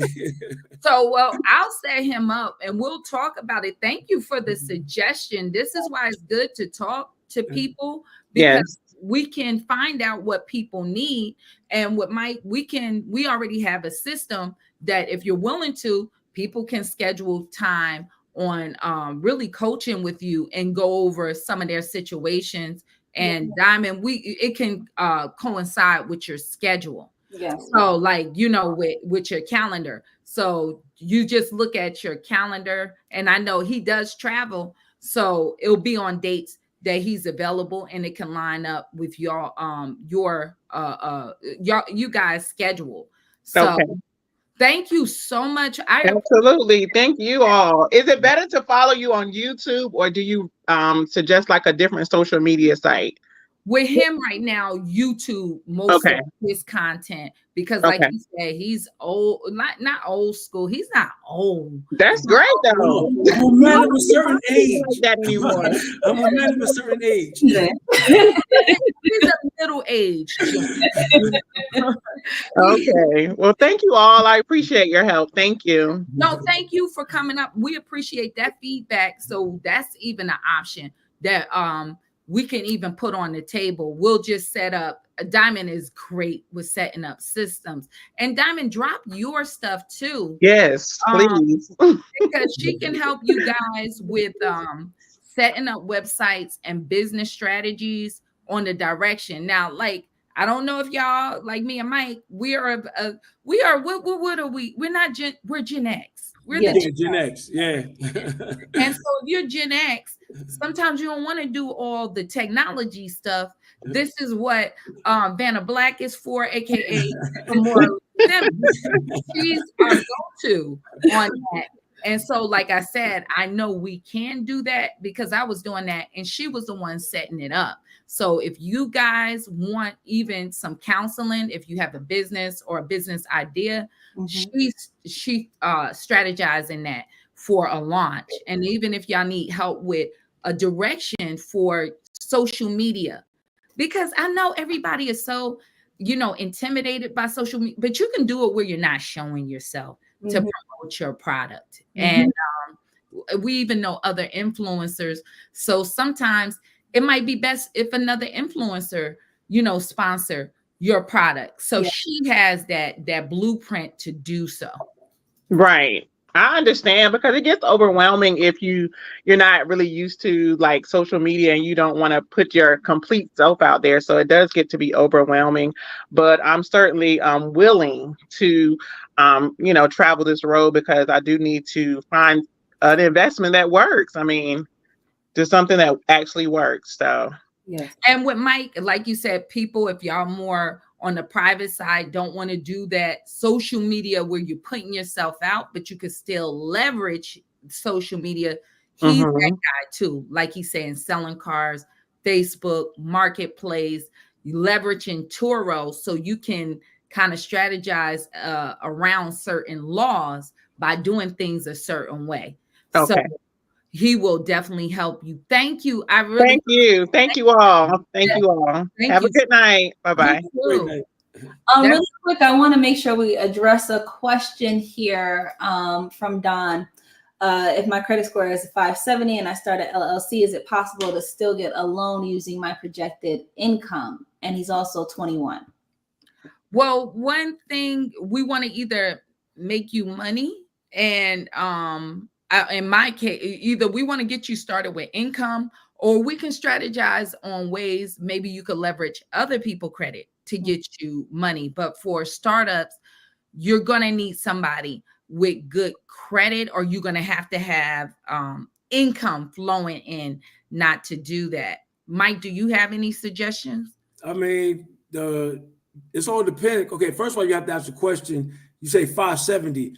There's something wrong. Like your credit score should be 630, 640, 650, somewhere around there, easy.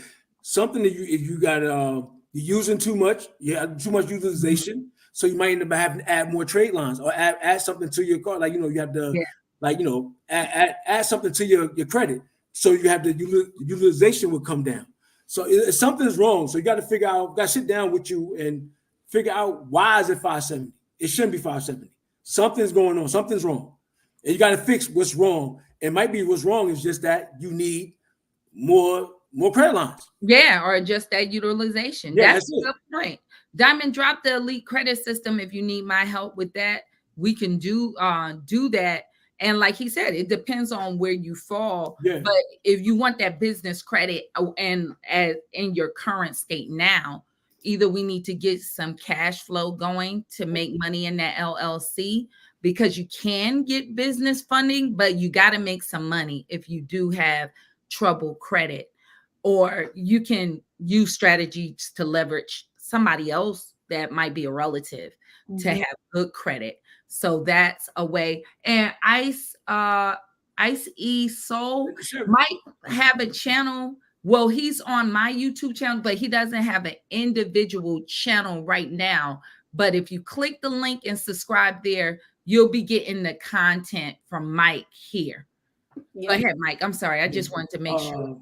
I kind of lost my train of thought. But anyway, I forgot what I was about to say. I was just about to say something too. I'm sorry. I'm sorry. No, it's okay. It's okay. Like I say, it's starting to get past my bedtime. I'm on the East Coast. Yeah, you're on a different coast. So we're gonna wrap it up. But I want to make one closing point, you guys, and this is just one to grow on. Don't neglect working with your family. Yeah. Okay. I do understand not everybody have that family structure to work with, but Mike, you can contest to this. Kids grow up fast. Ooh, yes, they do. So if you got children, you train your children to be your help, and this is why Diamond is here. So, hey, before I just thought I was gonna say, hey, listen. Sometimes you look at business credit, you think about it as a quick solution, as I need the business credit next month. No, check it out. If you take your time, like I was telling the young lady before, you take your time, you build it right. even at that 570, you build it right. Next year, you could be sitting around. You could be able to be funded for $400,000. You know what I'm trying to say? Just take your time. Don't do nothing hasty. Like I said, because remember, you're not gonna make you ain't gonna make $400,000 next year by yourself. But the money could be available to you, so you can really start making some moves. Take 12 months, take 6 months, take 8, whatever it is. Take your time, build it right, and you can really take off because it's out here. But no, what you said, that's very strong. Depending on what's wrong with your credit, Lawrence hit this stage. Lawrence, it only took him about 2 months. Yeah. It can happen real quick. And now he's in the 700s. It just depends on your situation. So like what you brought up, it's a very good point. What's wrong with your credit? If you don't have any credit cards, that's your problem. So like he said, it might just simply be a trade line. It might be you got a little baby credit card of $300 and you almost got that thing maxed out. You carrying $280 and not paying it off at the proper time. So I know a lot of people, in essence, they have real good credit. They're just cards is maxed out. Mm-hmm. So this is the importance while we're talking about cash flow. Most people that have a credit problem, the majority of them don't have a credit problem. They have a cash flow problem. Mm-hmm. So this is why we're talking about streams of revenue. This is what we're talking about. Leverage your family. When I was saying piggybacking off of somebody else's credit, as a parent, a single mother, a single parent, single father, you might need to develop that baby credit. How long you been doing debit credit? Since the age of 14? 14. At 14. You know, Faith came out, Diamond came out with good credit. Mm-hmm. And the reason why, what was Dame Dash? If we all got millions, none of us will fall. Yep. If you go ahead and develop your children's credit, but at the same time, give them that education. As y'all tapping in, you need to get your kids to tap in too. Okay. So they don't jack that up. So if you have a slip up, then we can leverage the kids' credit. Okay. Mike, Mike, didn't I use on you and Charlotte credit card? We'll be right. Everybody credit. Yeah. How about, I keep telling people, people got a bad attitude about credit. We be on dad credit. We be on mom credit. Well, I was on Charlotte. Charlotte, throw me on that card. I don't understand. It be times like depending on the relationship of a bank, depending on the strategy, you will jump on another person's card real quick. Mm-hmm. But a lot of people, you know what's funny? You know, I don't mean to cut you off. You know what's funny?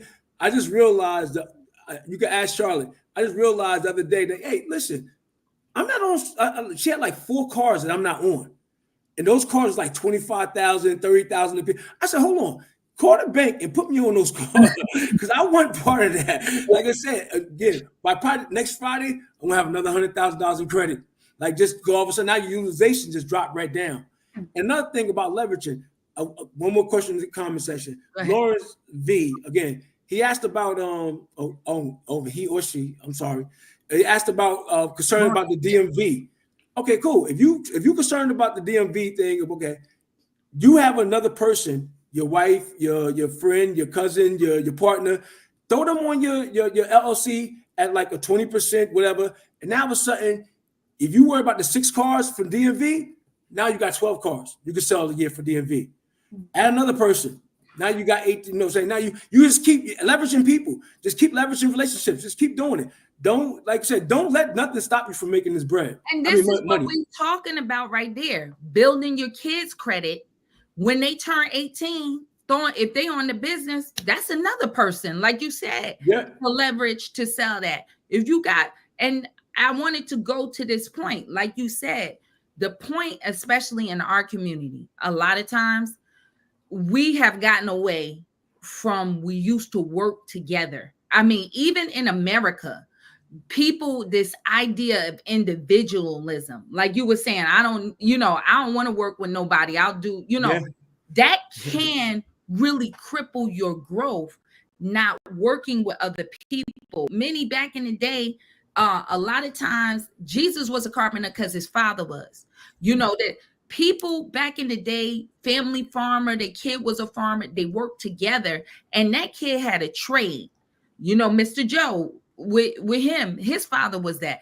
And people pick up trades because of their family working together. Try to work with your family. Try to educate your family.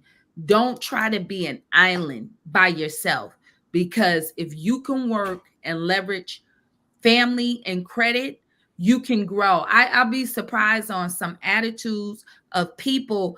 Oh, I'm riding off of you and this. You got a bad mindset when you think you're going to be a franchise player by yourself. I haven't seen a franchise player get to the to the finals, but they'll die out and don't make a championship in basketball, because you need a number 2. You need somebody to play the center position. Everybody talk about Jordan. Jordan ain't get one ring without Pimpin. Pimpin didn't get one ring without Jordan. Even when Jordan went on his own, it was about a number 2, a number 3. It's a team sport that wins the game. Yep. So you sitting out there, life ain't that kind of sport. You know what I'm saying? You want to work in collaboration. That's what. Let's not compete. Let's collaborate. I tell people, like with Mace, I said it last week. All this money that we can make, why you want to play a hate? That is hard. He said that. Do you want to get money with us? Do you want to get money with us? Yeah, you can work together, because the whole thing, I might not have the skill set you got. It might be just a realm of knowledge you have might be the key to what I was looking for. Me and Diamond we talk to these creators all the time. Clarence Manny came up here. Manny is the one that got me the inspections. Y'all did the inspections. This one, lawn care, this and that. Everything as a family, we did. Dad selling, hustling diapers. You hustling diapers. I made a lot of money in that game, yo. Don't get it twisted, yo. I made a lot of money. I had a whole team of diaper sellers. Clarence was selling diapers, Dad hustling diapers. And it was from the information I got, because I had Diamond, and they got together and had a whole hustling, selling diapers team across the city. You know what I'm saying? So everything we try to do together, real estate will come in and work together. Lawn care, my uncle worked with Dad. Trey, his son, worked with us. Diamond was on the team, and me. And we made a lot of money doing it. And so when you work like that, it don't matter what the market turns to. If y'all got enough people that can see opportunity, you're going to always be good. Yeah. I'm just saying, you're going to always be good, because now you're even training the cubs to eat what they kill. Everybody learn how to hunt. If everybody learn how to hunt, we're not going hungry. Yep. That's the whole thing. What my me and Trey slogan? Everybody gonna eat. Family slogan. Yeah. Where if he was here, my gonna eat. Yeah, that's what he was saying. That's our family thing. All of us gonna eat. Because if one of us get on something, he got. Matter of fact, in Jersey right now on some property stuff, he don't want to go see about it. Trey go see about it. I placed the call because we done trained everybody. Diamond, Trey ran my inspection business. Diamond, I go on vacation. Hey, Trey, he knew how to do the block. He knew how to do, all of us was in it. Diamond do it. She knew how to do it. And we always leverage. You know what I'm saying? We always do that. So I'm just giving y'all a tip. Work together as a family. Don't, if you can, I know different people, family. If you don't have the family thing, train your children, because that time go by fast. So train your kids and let them come into it. So that's all I want to drop. I'll end there. I digress. Michael, do you have? We'll just go around in the room. I'll land my plane for you being a guest.